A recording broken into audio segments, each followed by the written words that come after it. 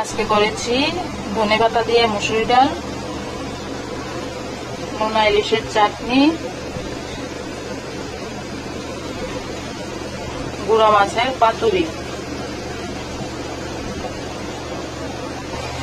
আর এখানে মটন বসালাম।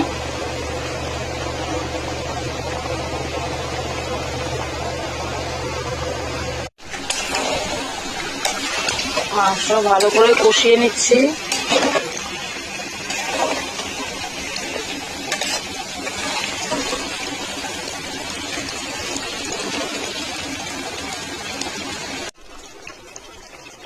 মটন রান্না হয়ে গেছে, দুপুরের রান্না এই অবধি, আবার রাতে রান্না হবে। এখনকার মতো টাটা, বাই বাই, ভালো থেকো সবাই।